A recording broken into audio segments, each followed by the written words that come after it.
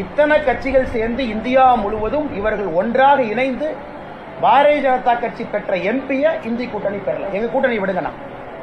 பாரதிய ஜனதா கட்சி நாங்கள் பெற்றிருக்கக்கூடிய எம்பி 240.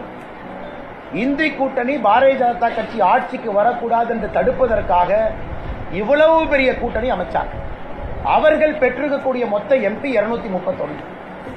இந்தி கூட்டணி பாரதிய ஜனதா கட்சியினுடைய எம்பிக்களை அவங்களால ஓவர்டேக் பண்ண முடியல. அதான் மக்கள் கொடுத்திருக்கக்கூடிய மெசேஜ். அதே நேரத்தில் உங்களுக்கு தெரியும், கொரோனா பெருந்தொற்றுக்கு பிறகு உலகத்தில் எந்த கட்சியும் தன்னுடைய ஆட்சியை தக்க வைக்கல.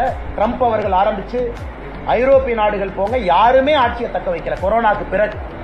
ஆனா கொரோனாக்கு பிறகு தேசிய ஜனநாயக கூட்டணி ஆட்சியை தக்க வைத்திருக்கின்றோம்.